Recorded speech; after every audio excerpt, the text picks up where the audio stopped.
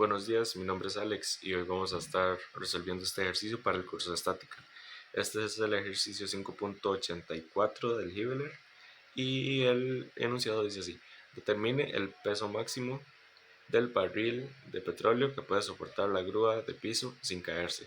Incluso cuáles son las reacciones verticales en las ruedas lisas A, B y C para este caso. La grúa de piso tiene un peso de 300 libras con su centro de gravedad ubicado en G. Ok, para resolver este ejercicio necesitamos analizar la figura por un momento. Nos dicen que son ruedas lisas, por lo cual estas ruedas lisas no van a tener fricción ni van a tener más reacciones que la reacción en Z, que va a ser como normal a la superficie, que va a actuar en esta dirección, en las que las colocamos en el diagrama de cuerpo libre. Ok, en este diagrama de cuerpo libre debemos incluir el peso que está en la punta de la grúa y el peso en el centro de gravedad de la grúa que termina en el punto G. Ok, ahora vamos a analizar cuándo podemos determinar cuando el peso es el máximo, cuando el peso del barril va a ser el máximo.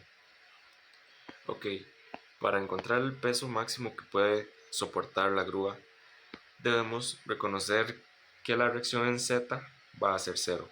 ¿Por qué va a ser 0? Porque la grúa va a empezar a girar y va a caer en esta misma dirección de la flecha roja. Va a caer en esa dirección, entonces se va a despegar del punto C y ya no va a haber una reacción en la rueda ubicada en C.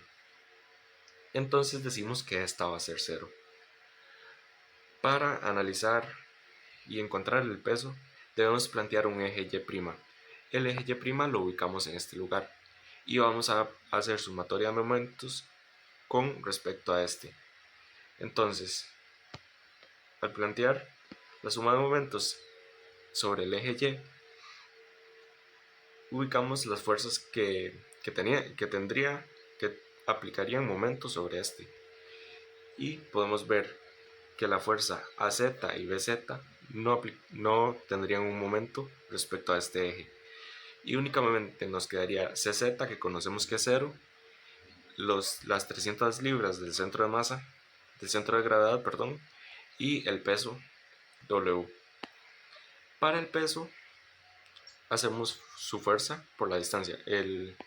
La fuerza va a ser el peso y la distancia va a ser 10, estos 10 por el coseno de este ángulo, menos 4 más 2, que van a ser 6, para encontrar la distancia respecto al eje Y', que va a ser esto de aquí.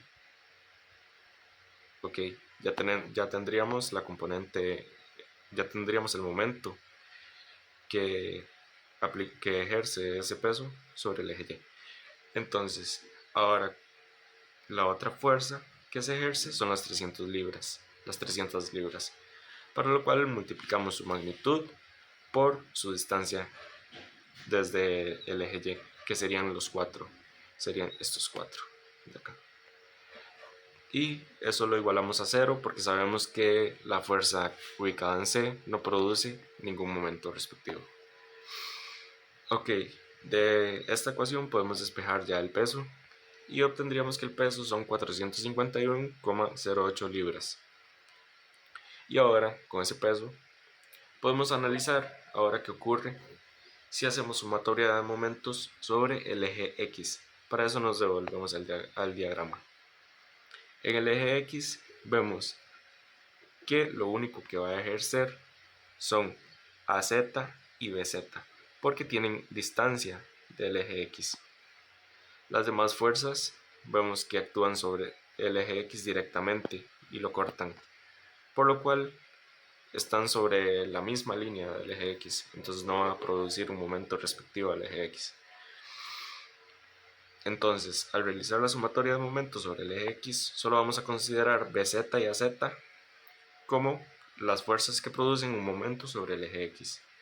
Entonces, si seguimos la ley de la mano derecha, podemos ver que AZ actuaría en este sentido, por lo cual, si vemos la ley de la mano derecha y enrollamos los dedos en esa dirección, nos quedaría negativo AZ.